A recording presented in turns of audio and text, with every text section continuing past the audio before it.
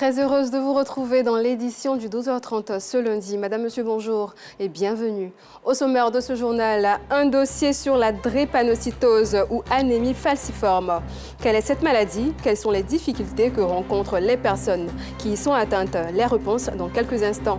Dans l'actualité internationale, au Mozambique, 2 opposants assassinés, dont l'un était l'avocat de Venancio Mondlane. Merci de suivre cette édition. Véritable problème de santé publique, la drépanocytose est une maladie génétique héréditaire qui affecte le sang. En Côte d'Ivoire, le taux de prévalence varie entre 12 et 14%. Toutefois, la prise en charge de cette pathologie n'est pas effective. La drépanocytose, une douleur en héritage. Un dossier proposé par Georgette Idofofana et Gilles Tonia. Pardonnez-moi, je suis fatiguée. Ça va la palambolo. Ce cri de détresse, lancé par Namaro Sanogo, est l'expression de la douleur que lui cause la drépanocytose dont elle souffre depuis la naissance. Âgée de 14 ans, cette adolescente souffre de la forme sévère de la drépanocytose SS. Ses journées sont partagées entre larmes, pleurs et cris liés aux fortes douleurs qu'elle ressent. Il faut que...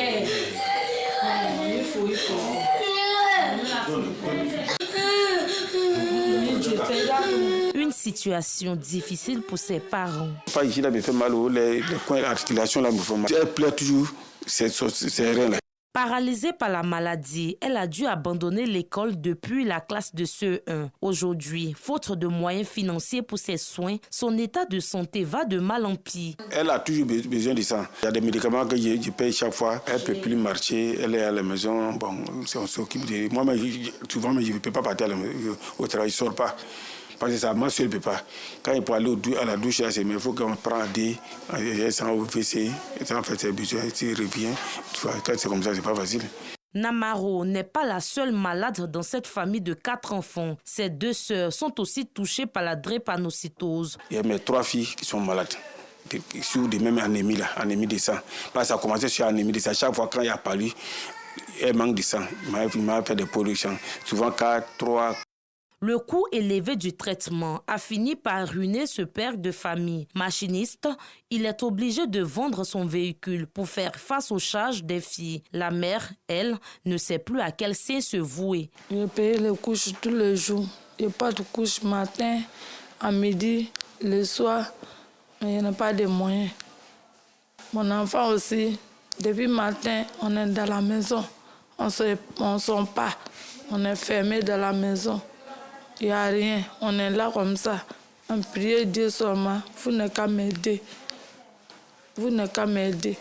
La drépanocytose est une maladie génétique héréditaire qui affecte le sang. Elle est caractérisée par une anomalie de l'hémoglobine, principale protéine du globule rouge. En Côte d'Ivoire, ils sont nombreux ces enfants qui sont atteints de la drépanocytose.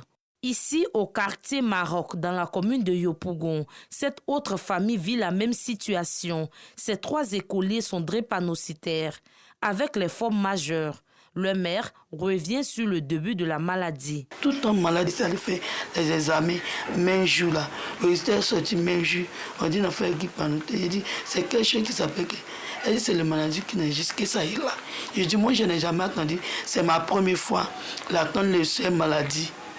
Elle dit, ah, c'est ça. On dit les enfants comme ça, on doit prendre soin d'eux. Ce n'est pas les enfants qu'on laisse comme ça.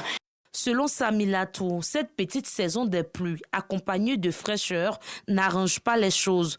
Elle déclenche entre autres d'extrêmes douleurs au niveau du dos, des pieds, du ventre, des drépanocytaires. Les 3 là, si la douleur commence là, il n'y a pas de sommeil, on ne peut pas dormir. Elle ne supporte pas fraîcheur, que les fraîcheurs les fatiguent par rapport aux os, que les os là les fait mal, que s'il fait frais, je n'ai qu'à les habiller bien. Il ne faut pas qu'elle les lave avec l'eau froide, que l'eau chaude. Comme la famille de la petite Namaro, Salimatou et son époux ne savent pas grand-chose de la maladie. Si au commencement, on avait connu qu'on doit faire les examens avant de se marier, on va faire. Nous, on ne connaît pas, on se marie comme ça. Si on connaît, on ne doit pas se marier. Moi, mais chacun va se séparer, chacun cherche pour lui. Même si l'amour est là, c'est l'avenir des enfants qui est important pour nous. Mais quelque chose que nous ne savions pas, on est déjà rentré dans ça. Épuisée financièrement, elle lance un appel aux bonnes volontés. Qui demande à l'État de Côte d'Ivoire qu'ils n'ont qu'à essayer de nous aider. Nous les parents qui ont ça, ils n'ont qu'à nous aider. On souffre trop. Véritable problème de santé publique, la drépanocytose touche entre 12 et 14% de la population en Côte d'Ivoire, selon l'OMS, avec 4% de formes majeures, dont 6 000 cas détectés à la naissance par an. Appelée aussi anémie falciforme, la prise en charge de la drépanocytose reste encore à améliorer. Et pour aider les malades et leurs familles à faire face à ce tueur en héritage, le centre drépanocytaire Saint-Jean-de-Dieu, situé à Anani, dans la commune de Port-Boué, a été créé en 2008 à l'initiative de Jean de Dieu Folikoué, infirmier engagé dans la lutte contre la maladie. Ce centre facilite la prise en charge médicale et psychologique des patients. Le patient qui est malade, il entend les gens parler. Il se dit quoi? Est-ce que je vais vivre? Est-ce que je vais mourir? À cause de la maladie, il risque de tout laisser tomber. Donc cette prise en charge psychologique est faite. Au niveau des enfants, on permet aussi de faire l'éducation thérapeutique. Ça, c'est destiné aux parents et aux malades. Ça permet à l'enfant de prendre certaines dispositions pour ne pas faire des crises. Ici, les malades sont soumis à des tests et examens pour un meilleur suivi. Lorsque les patients arrivent ici, on fait le prélèvement dans la salle de soins là-bas et puis on achemine vers ici. C'est ici, on technique tout pour avoir les résultats et puis prendre les patients en charge. Si autrefois la maladie faisait des ravages, depuis quelques années, avec le progrès qu'a connu la médecine, le nombre de décès a baissé. La drépanocytose n'est pas une fatalité.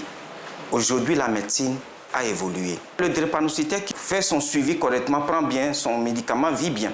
Limiter la transmission de la maladie, c'est le combat que mène ce centre de prise en charge qui privilégie la santé des populations. Il faut véhiculer le message, il faut faire la sensibilisation. Et c'est ce que le centre drépanocytaire fait. La majorité des parents sont ignorants, ne savent pas la maladie. Ils se mettent en couple. Et c'est dans le couple qu'ils découvrent qu'il y a problème parce que l'enfant est malade à répétition. Angéline est aussi drépanocytaire et c'est ici qu'elle bénéficie des soins à moindre coût. Ton pris en charge, comment tu as passé la nuit?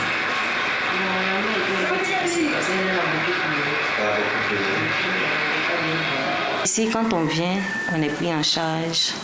Quand tu viens que tu n'as pas tout, ils te prennent en charge et puis après, tu peux gérer le reste. Quand je suis venue ici au début, j'avais beaucoup peur. Mais grâce à leur aide, ils nous donnent plus d'informations. Voilà, on nous parle beaucoup, comment il faut faire. Donc du coup, la peur a disparu. Voilà, je vis avec, ça va. Que faire pour soulager les douleurs en cas de crise? Quelles sont les causes de la drépanocytose et ses symptômes? Quelles sont ses différentes formes? Direction le service d'hématologie du CHU de Cocody. Ici, Dr Silieu nous donne des éléments de réponse. C'est une maladie qui se transmet des parents aux enfants. Voilà, la transmission est autosomale, pas liée au sexe en fait. Voilà, donc ça veut dire que l'anomalie va passer du père et de la mère à l'enfant. Donc si on veut parler de cause, c'est ça la cause en réalité, c'est héréditaire. Et les premiers signes, ce seront quoi? Ce seront des tuméfactions, c'est-à-dire des enflures des extrémités, c'est-à-dire des poignets et des chevilles. On dit syndrome pied-main. On donne des antalgiques, ça peut être des anti-inflammatoires, ça peut être du paracétamol, ça peut être même de la morphine. Voilà, on traite de cette manière-là. Selon l'hématologue, il existe deux formes de la drépanocytose. Il y a les formes qui sont dites anémiques et les formes qui sont dites non anémiques. Les formes anémiques, ça veut dire qu'il y a une anémie qui vient dans les signes cliniques. Il y a la forme SSFA2, c'est la forme la plus sévère, on appelle la forme homozygote. Et puis vous avez la forme SFA2. C'est une forme dite thalasso-drépanocytaire. Ça, c'est les formes anémiques. Et puis, il y a deux autres formes qui sont non anémiques. Ce sont les formes SC et les formes SAFA2. Les patients faisant la forme grave sont exposés à des complications qui peuvent entraîner d'autres maladies dont l'AVC et bien d'autres. Il n'y a pas que l'hématologue qui suit le drépanocytaire. Il y a tous les spécialistes qui doivent suivre. Donc, il peut avoir des complications déjà au niveau du cerveau. Un drépanocytaire peut faire un AVC. Voilà. Il peut avoir également une cécité, des troubles de la vision.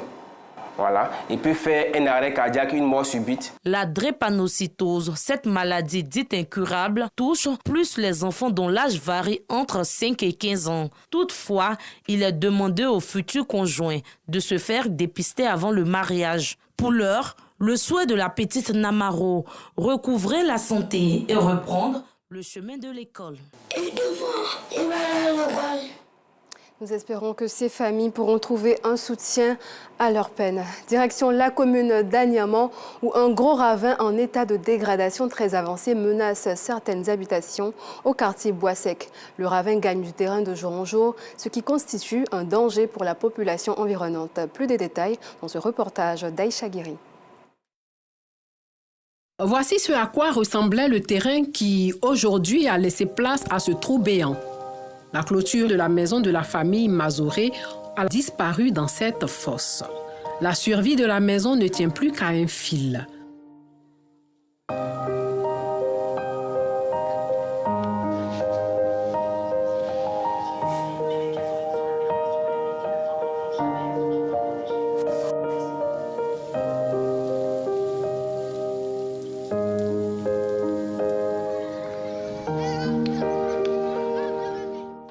Cette partie de la cour est scellée. Trop dangereux d'y aller. Les membres de la famille vivent dans la maison la peur au ventre. Faute de moyens financiers, ils demeurent encore ici. La pluie du lundi 14 octobre est venue, c'est ça qui a saccagé, ça a bouffé la terre jusqu'à ici. On ne peut pas s'asseoir, rester là, attendre. Nous sommes en train de chercher des maisons à proximité pour rester là avant qu'ils attendent les travaux. Actuellement, les finances, ça ne va pas sur le jeu. Je ne vais pas vous mentir. Même prendre une maison actuellement, c'est un peu difficile. Caution, avance. À la moindre goutte de pluie, les Mazoré redoutent le pire. Nous avons vraiment besoin de l'aide de l'État. Nous sommes 12 personnes qui habitent cette maison. Il ne faudrait pas que le pire arrive avant de venir faire des constats et puis autres. C'est mieux de protéger la vie humaine. Nous avons vraiment besoin de l'État. C'est maintenant qu'on a besoin de vous. Les voisins, eux, sont aussi inquiets. Ils savent que leurs maisons sont aussi menacées. Ils ont fait un caniveau, mais à la termite, ce n'était pas bien fait. Donc, à chaque fois, la pluie, ça creuse. Ça creuse jusqu'à ça créer beaucoup de trous. Donc, c'est ça qui a fait qu'aujourd'hui, ça va prendre la maison là. Moi, je veux que l'État n'a qu'à nous aider pour bien pour ranger. Parce que comme ça, là, nous, on ne peut pas vivre comme ça. Que faut-il faire pour sauver ces maisons? Le domicile de la famille Mazoré est déjà touché. Les propriétaires des autres habitations espèrent une intervention des pouvoirs publics pour juguler le mal. Africaine à présent au Mali, le bilan des inondations atteint les 84 morts. Selon le nouveau communiqué du comité interministériel de gestion des crises et des catastrophes, près de 350 000 personnes sont désormais officiellement déclarées sinistrées. Pour l'heure, les prévisions météo restent préoccupantes.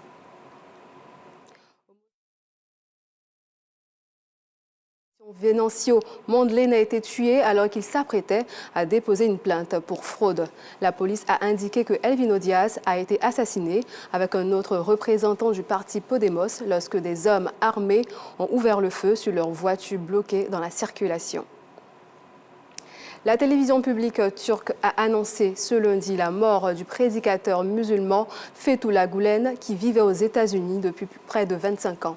Le prédicateur de 83 ans était accusé par Ankara d'avoir planifié secrètement une tentative de coup d'État en Turquie en juillet 2016. C'est la fin de cette édition. Merci de l'avoir suivi et bonne suite de programme sur RTI2.